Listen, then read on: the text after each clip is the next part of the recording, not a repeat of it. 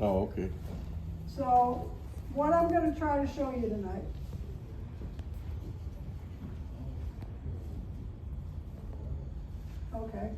is we're gonna talk about the processes and the steps that we're gonna go through to get this done. First of all, we're going to do, you're gonna turn a bowl, all right? Now, do you turn front, back? I'm gonna get to that, but you're gonna, first of all, the first thing you wanna do, mount it, turn it, and I always turn the back first, okay?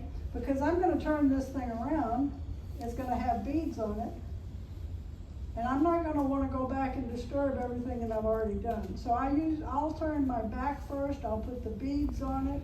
I won't index it, but I'll put the beads on it. Do all my sanding and everything first before I flip it. So we'll get into that when we start doing it. The second step is to index the bowl. And that's with the indexing plate, and I have a little jig that I set up that I use to do my indexing. The third thing is the pyrography or the burning. You burn your lines in, your lateral lines. Now, your concentric lines are your lines that go around the inside edge. The lines that go along the inside edge, I don't use my wood burning tools for that. I go to Home Depot and I find the samples for the laminate. They hide them now, by the way. So when you go looking for them, they're behind the display in a cabinet. And when I finally found them, day before yesterday, after running through the store looking for them, I won't need no more for a while. But I hold this laminate in here to burn that line around the inside edge. You get about 5 of these, and if you do as many of these bowls as I do, you won't run out of them. But I ran out before this demo, and I had to go find them. So, now we come back. So, that's a very large, that was probably a 20-inch bowl that I did, and I sold it at the symposium in 2019, before the thing got started good. It was on the table for maybe a half an hour before I got a phone call. But there's endless possibilities on the patterns and designs that you can put on these. I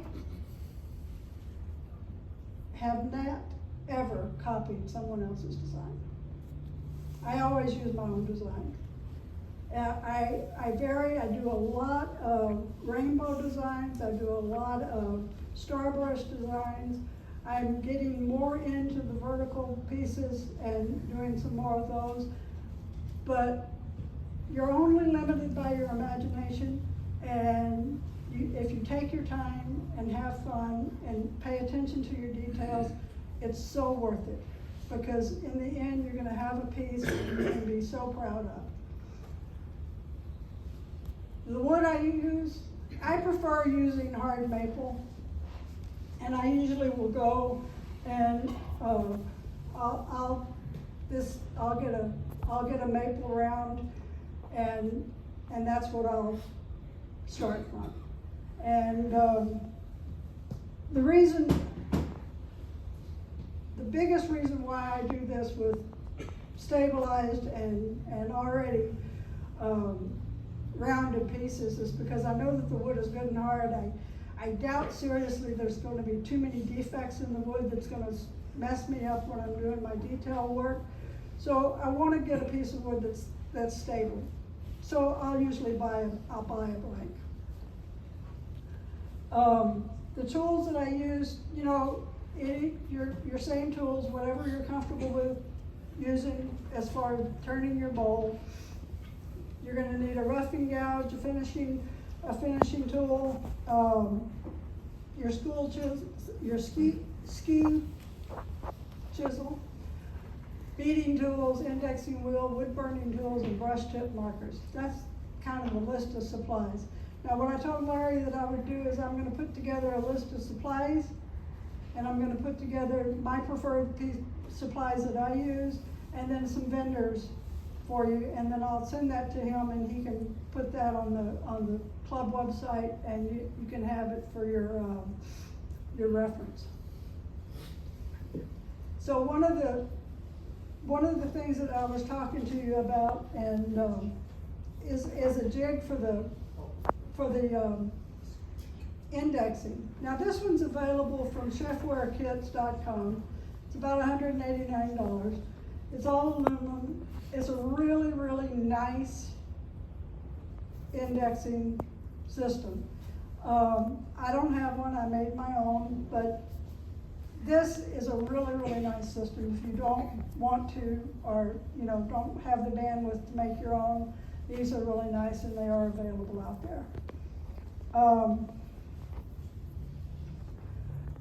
The other thing is on the EasyWood tools. Now, the reason why I got excited about the beading tips was because I have beading tools from several different makers. This is a Ashley Isles 1/8 inch beading tool that I use frequently. And the trouble that I had with them, and what I found troublesome, was I kind of had to manipulate them a lot. And I know that when I demonstrated last time here, I showed you how to manipulate the tool to get your beads smooth and right. The thing that I like about the EasyWood tool and the beading tips for them is that these are negative rake, and they cut the bead a lot cleaner for me on the first pass, so I don't have to work with it as much. And the thing about these tools is that you have a position to put them in, and that's parallel to the floor. Is that right? Okay. And you're not moving it around. You're not wiggling it. You're not going up and down. You're not turning it, you're parallel. You can go side to side, but you're gonna find that you don't really need to. And the thing that I liked about these tools when I first started using them is that I could go through and I could make my first initial pass, I could go back behind and I could refine each bead, and then I was there. I was to the sanding stage. And I didn't have to go back and do a whole lot of messing with my beads. So for me, that was a big plus. So let's come back down. There you go.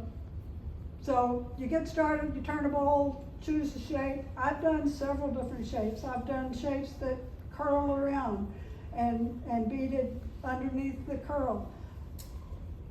Like I said, you're limitless as far as your size and your work and how much you want to do. I turn the back of the bowl first, leave a mortise to hold the chuck, leave your bowl mounted, finish the back side as I would any other bowl. I'll sand it. When I'm sanding these bowls, I'll sand them 3 grits, usually 3, maybe 4 sometimes. And then I go forward and reverse. And I do that on every grit, forward and reverse. And the reason why I do that is because if you leave it rough, you're gonna have trouble when you're doing your power over work later, and you're gonna have trouble when you're painting it. It's not gonna be even, it's not gonna come out as nice. So you really wanna pay attention to your finish, especially on the back side, because once you flip it and turn that inside, you're not going back unless you've got a Longworth chuck and you can put it on and reverse your bowl. But so if you're working with a regular chuck and you don't have other tools that you can reverse chuck it again, finish your back before you go to the front. Beat the back of the bowl, light pass first, refine each bead, take your time. Once you're happy with the beading, turn it around and remount it and start your front. Turn the inside of the bowl, contour it the way you want. Sand it like we did before. Bead. Pay attention to the number of beads you have on the outside and the number of beads you want on the inside. Now me, I like to go even. I put an even amount on the back as I do on the front.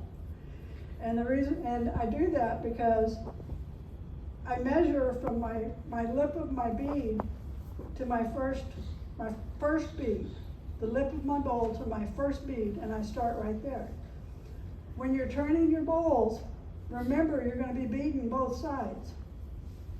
So if you stick that beading tool in 1/4 of an inch or 1/8 of an inch, and you've turned your bowl, and you're turning your inside of your bowl, remember how much room you had on the back and how much room you needed for that bead.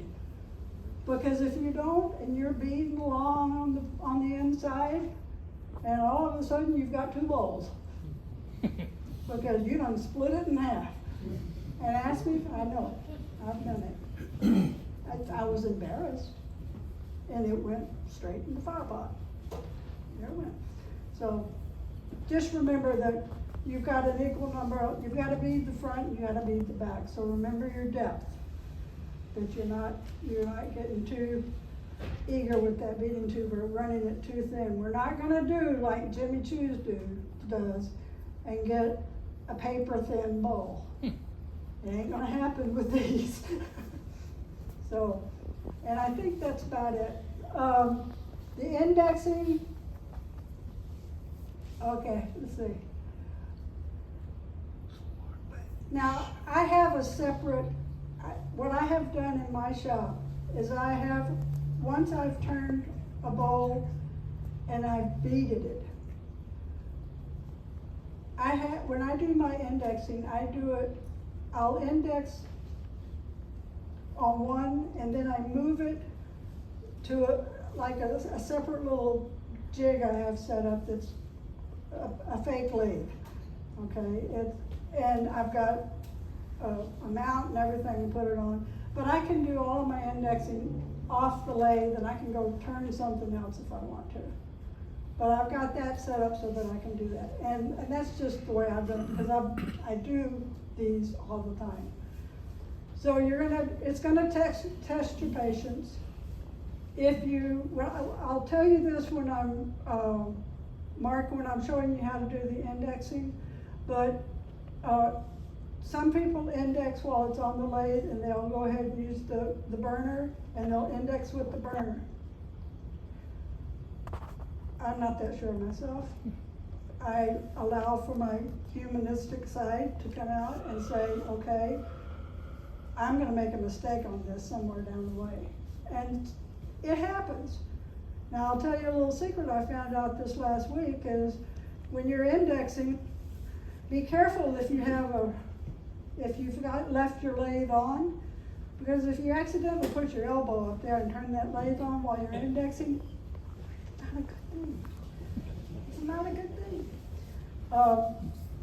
It kind of scared me. Nothing much scares this old broad, but it kind of scared me. And I was quick to turn that lathe off. But once your indexing is done, it's time to design your basket. And when we get to that part, I'm going to talk to you a little bit about what I use for designing. I don't use other people's design. I have a program on my iPad that's called Grid Maker. And you can do a polar grid, and you can put all of your dimensions into the legend on the side that tells you, you've got a 3-degree turn. And I can set my entire bowl up on that Grid Maker, and I can sit there and design my bowl and color it right there on the iPad, and then print it out, and then I've got my pattern. But the Grid Maker program is very, very good. Other people just print a polar graph, and they have a 3-degree division, and they can go as many rows as they want to. And when we get down to that design part, I will show you how I do that. I have my iPad with me, and I'll have him zero in on it, and I'll show you how this grid maker thing works. I've not used paper and pencil on these since I started doing it. I've always been designing it on the computer.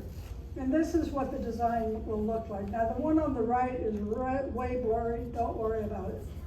But that's just, the one on the left is what I designed it out. There you go. So when I'm looking at it on the computer, I've got all of those ones on the right side, but then I go back and I color it. And so the colored version is on your left. So I've designed it on my laptop, on my iPad, and then I will go by that to do my painting. And like I said, your designs are, it's limitless. Anything that comes into your head. Now, I prefer. Is that an app that you bought? It's a free app on iPad. It's called Grid Maker. So I use the Faber-Castell 8 tip markers. And the reason I like these so much is, number one is I've gone through, I can't tell you how many different markers to find the ones that I really like. But these, they really hold their, the tip really stays nice and stable. It doesn't some of the felt tip pens you get, they'll degrade after a while and they start getting mushy and not as detailed. These really hold their shape, and I can get down into the groove and I can detail them out really easily without too much trouble. And I love them. And they do not react. I finish all my pieces with about 5 or 6 coats of Deft lacquer, and they don't run with the lacquer. I've never had a problem with them running with the lacquer. All the rest of them that I've used have been a problem running with the lacquer. You'll put that name on the list of. I will put that name on the list. Thank you. As well. Okay. So I'm gonna try to, let's see. I will get all these references for Larry so that he can get them to you. But let's get into doing this so that we can actually see how this is done. And I'll move my computer so that we've got full vision. Now, you know what? We can put this way out here. Well, not yet. Maybe, but not yet. So I went ahead. I'm not going to do this one yet. We're going to go here. So I turned the back of this one. Okay. I turned the back of this one. I always turn this inside part. I try to decorate the back of my bowls. I know everybody usually does, but I tried to decorate the back of my bowl. I turned this one already, and I beaded the back so that we didn't have to go through all of the reverse checking time ones. So I've got this one ready so that we can bead the front.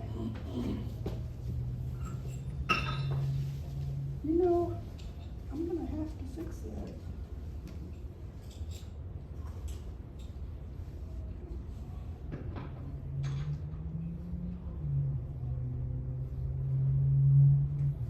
So I'm gonna remount this. We got 2 pulleys on. You got 2 pulleys? Yeah, that's pretty good speed. I usually go probably at about 800. Probably get down to 800. I can go faster. You're on the wrong side.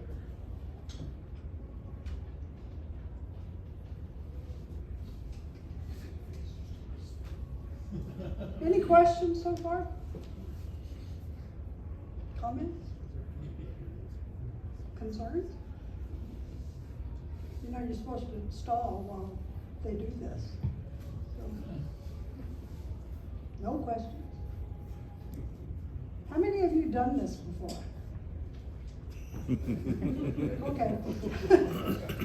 You're listening intently. You're listening intently, you are, you're very good, you're a very good class. So when you bead on the same place in the front and the back so that the bead edges, the thin parts or the deep cut parts are together. Yes. So why wouldn't you space them? A little bit different. You know, shift them, and that way you're less likely to split the bowl. It's a really good point. Okay. I'm very anal about making sure that they match on the inside of the Oh, I would shift them 50% exactly, so, you know. So I It's a match, but it's a match the just so way. that we're on the same page, you know? So,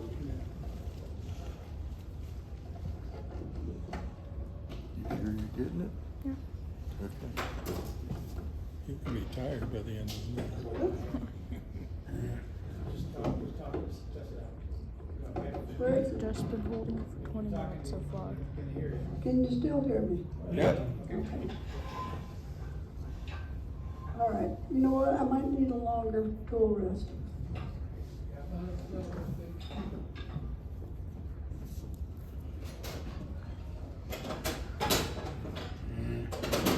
We got small and giant. Nope. Okay, we can go to giant.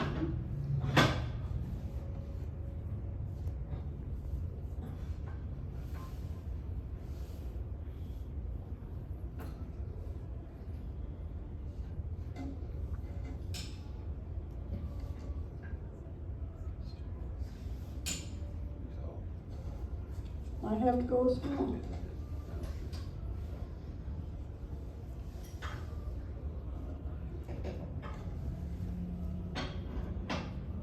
Are you using your detailer easy tool to do your grooves? This is the rougher, Okay. and these easy wood tool tips will fit on a rougher. Okay. And I use my small rougher and I just keep one on it.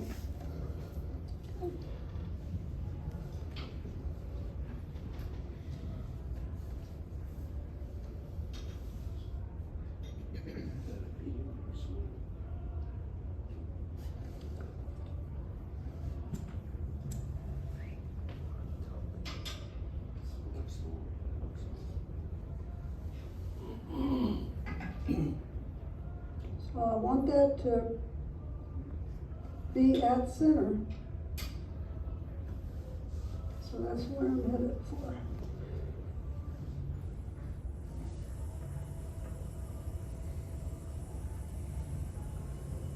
I got a little out around there. Wood does move.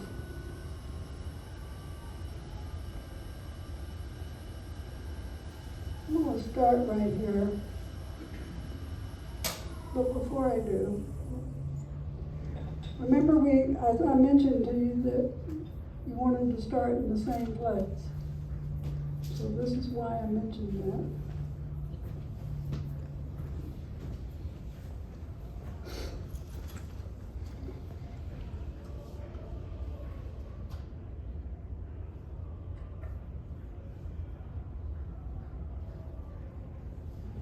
I want my first bead to start right there. So that's gonna get me lined up with my bead on the back, almost.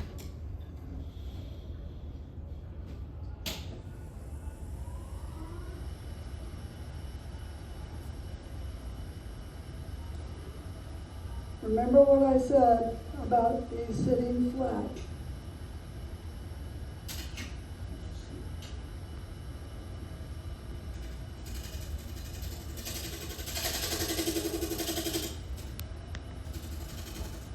You know what? I'm gonna true this up before I do anything because it's gonna chatter if I don't.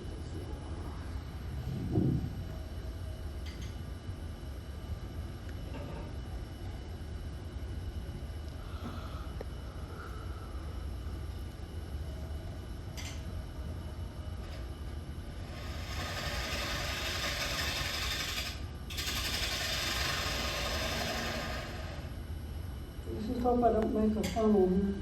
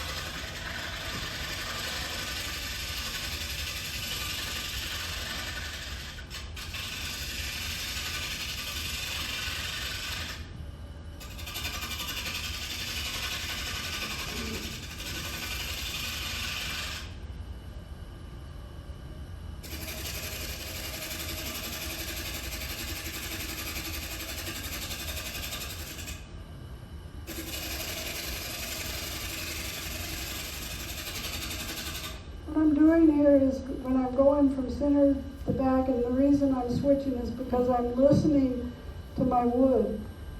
And my wood is telling me where it's thin, and I know that towards the center where my tendon is, or my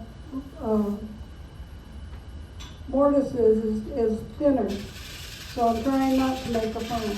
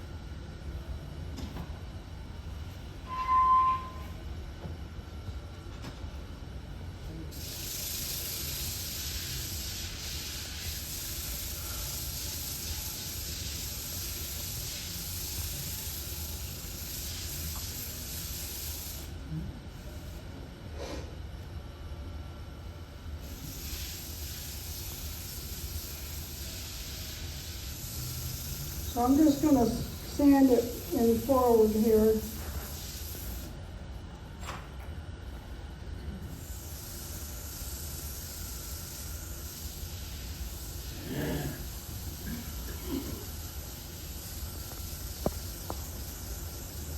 I have each of my sanding discs set up with fine, medium, and coarse. So I don't have to change it each time. We're gonna try this and see if.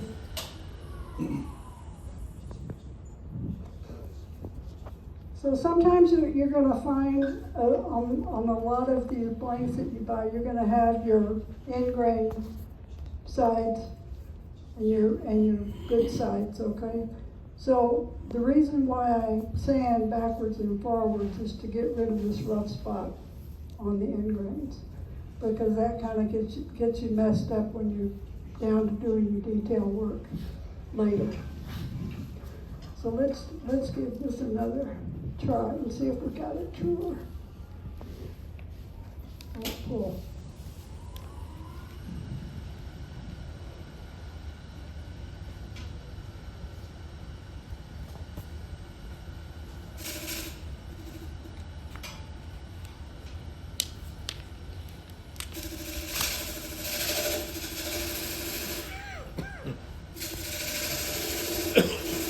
So this is my first pass.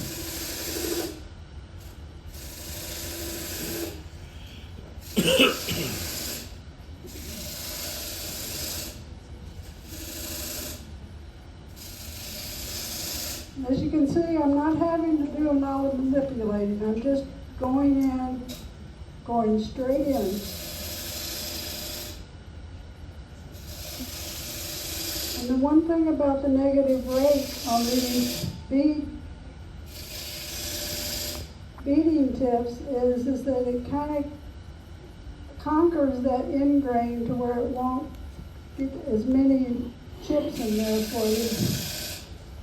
So I have approximately 25 on the back.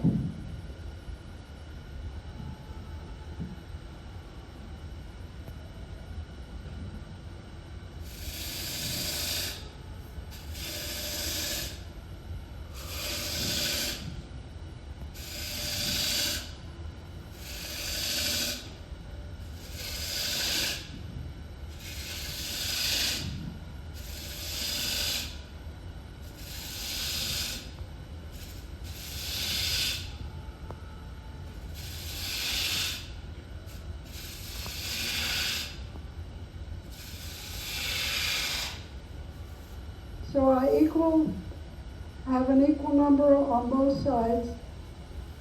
I've gone through my initial pass. Now I'm going to go back and I'm going to refine each one.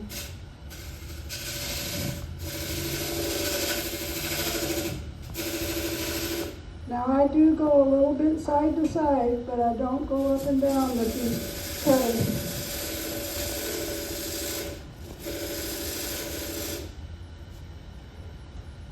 Can you get to the very tip of my tool?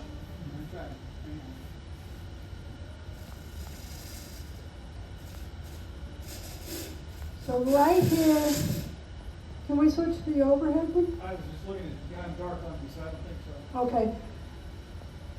At the very end of your tool, at the very tip end of your tool, okay, you can see the little rounded part. So when you've got your tool up against your wood, you're going to see when you hit the end of that rounding part, that's where you're going to stop.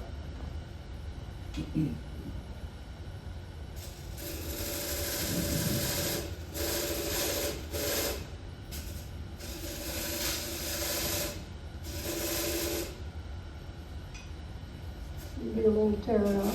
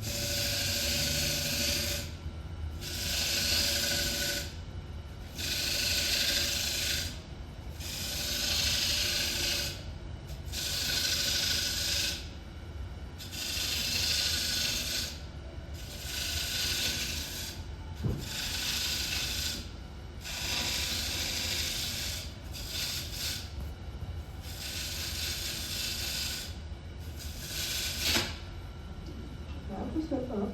Let me show you what that did.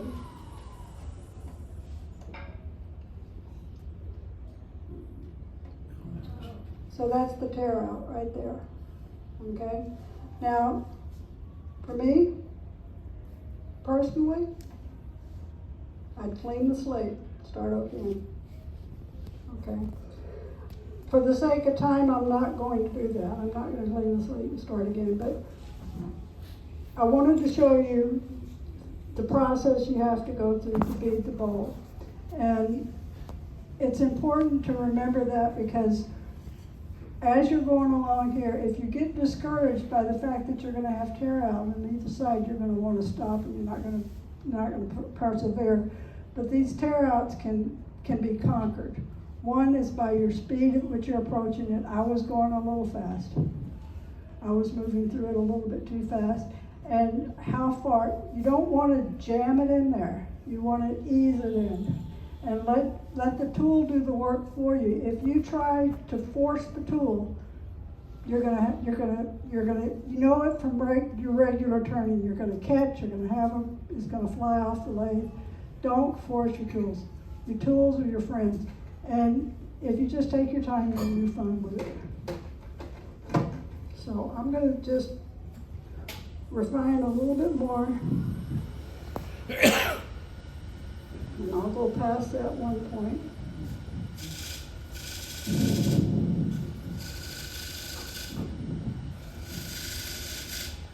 So I'm pretty close to there on most of these.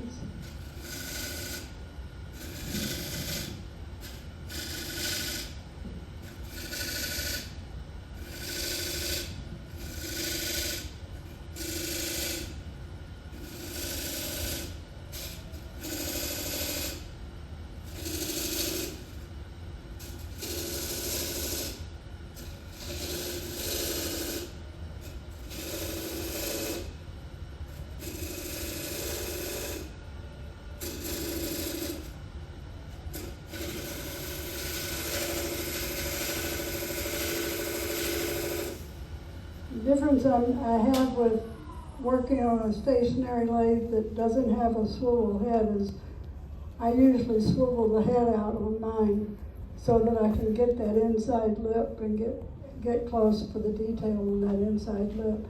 But once I've put my beads in, I'll usually back off my tool rest and I'll do just a little bit of sanding.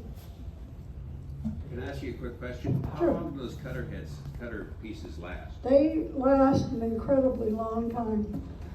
I have turned with this set of cutters, well, since they came out. I bought them when they first came out, and they've been out, I think, about 6 or 8 months now, and I haven't turned with anything else, and I've got the same cutters.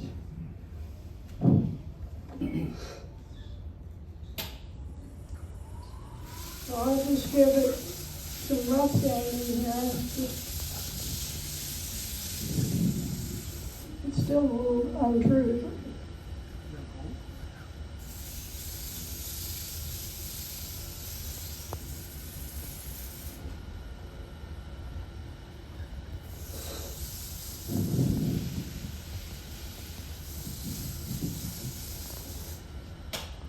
So the other thing that you can remember is that not all of your beads have to be rounded. If you'll notice the bowl that I brought, I left them flat on the top. And sometimes I'll do that, I'll just leave them flat like that and I won't make it an actual bead. But if you really wanted to stick to the true nature of a basket illusion, you're going to want to put a rounded bead on it because it looks better. So when we get to this stage of the game, we've got both sides of our bowl beaded. Now we're going to want to do the indexing. So how do I lock my spindle on this? Uh-huh.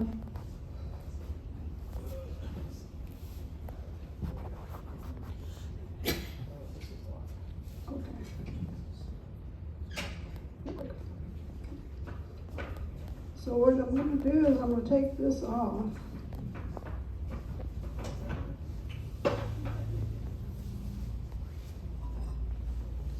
And this is my indexing plate. Put my indexing plate on. Remount the chuck. I'll spin that around there. Okay. Good. So this is the stage of the game where I say, where's the off switch? And turn this puppy off, okay?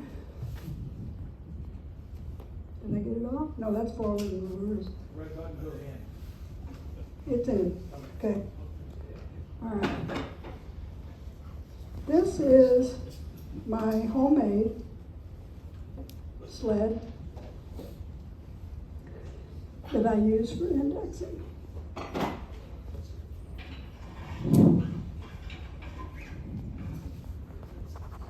What you wanna do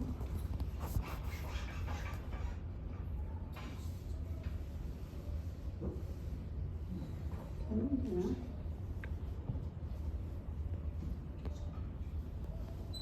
Oh, is that too long? Really?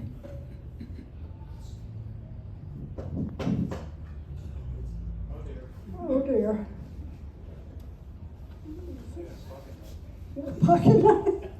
Got a handsaw?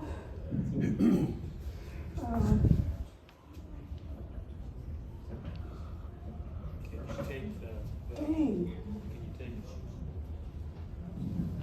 It's hitting right there. Yeah. I need to, Going all the way down, hitting the, I need to cut this off about 1 inch.